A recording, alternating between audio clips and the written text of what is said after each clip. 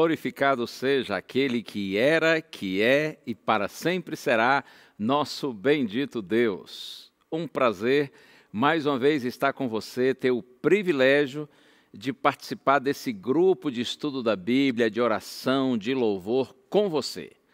Parabéns por essa decisão de buscar a Deus, e sempre que a gente busca o Senhor, a gente encontra, porque Ele é maravilhoso, Ele tem prazer de se encontrar com a gente. Pois bem, o nosso tema de hoje, você está vendo aí, renascidos pelo arrependimento. Quando o Senhor Jesus esteve aqui nessa terra, mais de uma vez Ele disse que não veio chamar justos, e sim pecadores ao arrependimento. Esse verso, por exemplo, está lá em Lucas capítulo 5, 32.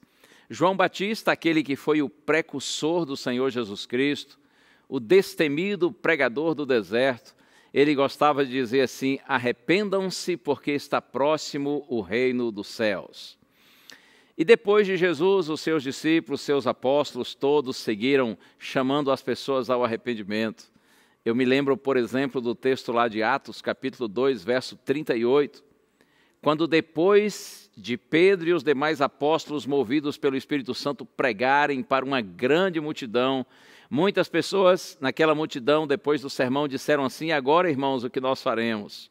E Pedro disse: arrependei-vos, e cada um de vós seja batizado em nome de Jesus para a remissão dos vossos pecados, e recebereis o dom do Espírito Santo. E olha aqui uma coisa, Pedro sabia muito bem o que falava. Cerca de 2 meses antes, na noite em que Jesus foi preso, Pedro negou Jesus por 3 vezes. E depois de tê-lo negado, Pedro caiu em si, e a Bíblia diz que ele chorou amargamente. Aquele choro de Pedro foi um choro de genuíno arrependimento. No grego, que é a língua original do Novo Testamento, a palavra arrependimento é metanoia. Metanoia significa exatamente mudança de mentalidade. Envolve 3 áreas vitais da vida. A mente, que é a admissão racional do erro, envolve nossas emoções, quando a gente sente tristeza, quando a gente lamenta pelos nossos erros, e envolve também a vontade. Isso inclui uma decisão de mudança de atitude, de postura, de comportamento. O arrependimento, ele se confirma genuíno, autêntico, profundo.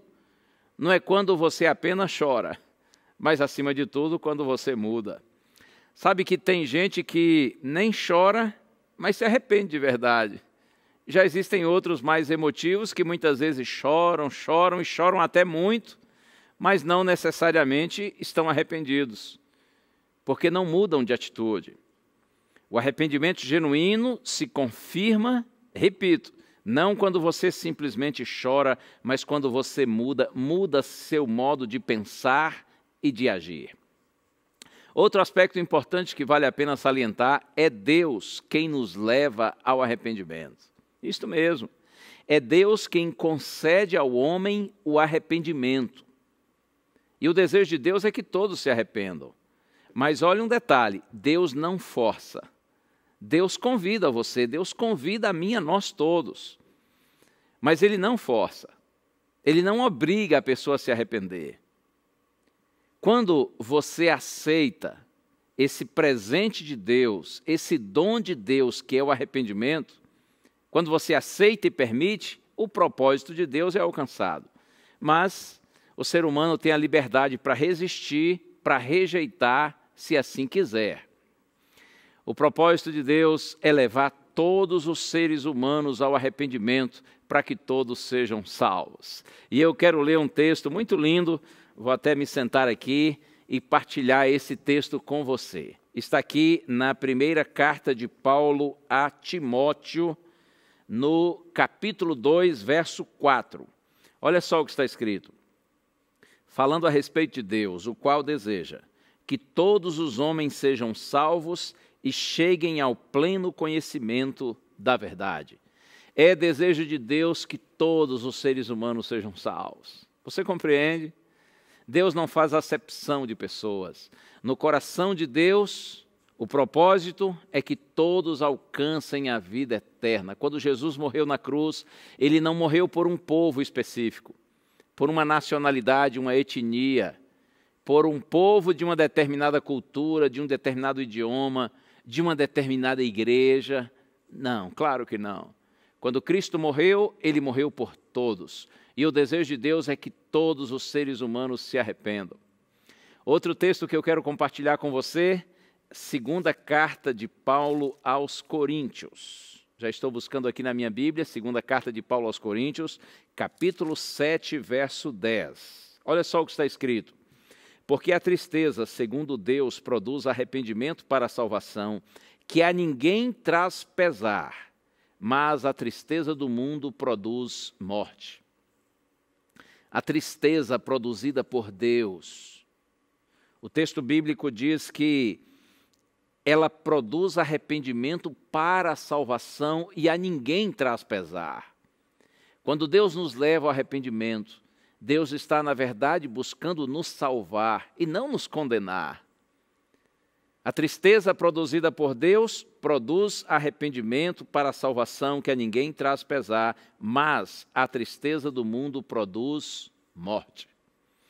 A grande prova de que nós recebemos uma nova vida em Cristo, que o nosso arrependimento foi genuíno, de que nós somos perdoados e agora nós temos uma nova vida em Cristo, é exatamente o fruto disso, que é a paz, a alegria que vem ao nosso coração.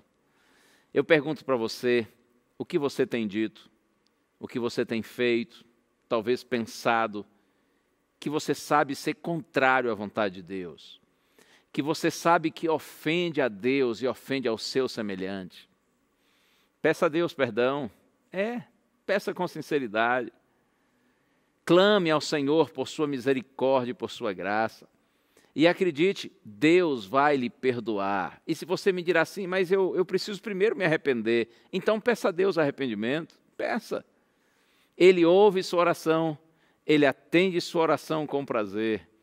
Confesse, peça a Deus poder para ter consciência do erro, para ter tristeza por esse erro e peça a Deus poder para abandonar o erro. Eu lhe digo com toda sinceridade, com toda segurança, não há nada melhor nessa vida do que a gente viver no centro da vontade de Deus. Quando você sabe que está no centro da vontade de Deus, você tem paz no seu coração, você tem alegria de viver.